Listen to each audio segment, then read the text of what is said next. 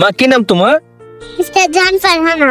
ও মাই god, এত সুন্দর নাম কে দিয়েছে? আমার বাবা মা। বাবা মা দুইজনে? হ্যাঁ। তুমি জানো? জি। ও মাই গড, তোমাকে একটা প্রশ্ন করব। করে? তুমি যখন বড় হয়ে যাবা পড়াশোনা করতে করতে, বড় হয়ে কি হবা তুমি? ডাক্তার। ডাক্তার? জি। ও নাইস। মাই গড, ডাক্তার কেন হবা? আব্বু আমার সেবা করার জন্য। আব্বু আম্মু সেবা করার জন্য? জি।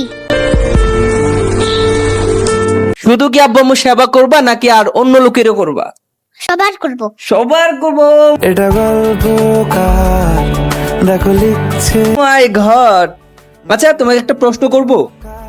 আচ্ছা তুমি বড় হয়ে ক্যারিয়ার গঠন করবা নাকি তোমার বৃদ্ধকালে তোমার বাবা মায়ের পাশে থাকবা?